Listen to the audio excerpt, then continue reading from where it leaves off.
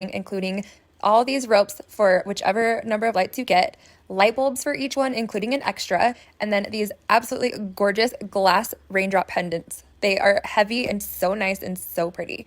There's also an extra cord, the cover and mounting bracket for the pendant, and then it comes with extra hardware as well, and even some nice fancy gloves so that you can handle the glass with care.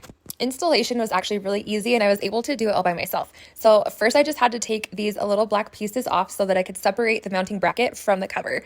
Then of course I made sure that the breakers were off before doing this, and then I installed the mounting bracket up on the ceiling, then made sure that all my wires were easily accessible so that I was able to connect the wires from the cords to them. So here's the end of the cord. It comes with this little plastic piece that you're going to want to take off first. These just help keep the cord in place once you have it at the length that you want so that they don't slide down. So you'll want to set that aside for now, because then you're going to take the wires on your cord and thread it through the hole on the cover. Once it's through, you want to keep threading it through until you have it to the length that you want your first pendant to be at.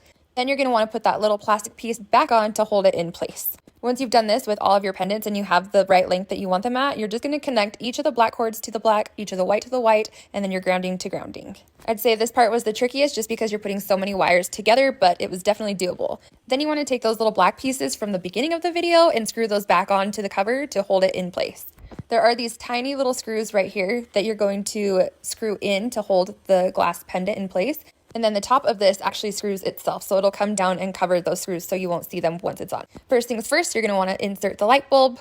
I do love that these come with an extra one just in case. And then next you're going to grab that pendant, slide it over top of the light bulb, and then this is where you're going to screw in those tiny little screws to hold that glass pendant in place. Then you're just going to repeat the same exact steps for the rest of the bulbs. And that's all there is to it. These were actually really easy to put up considering how many different actual pendants there are, but I absolutely love them. They are gorgeous on and off.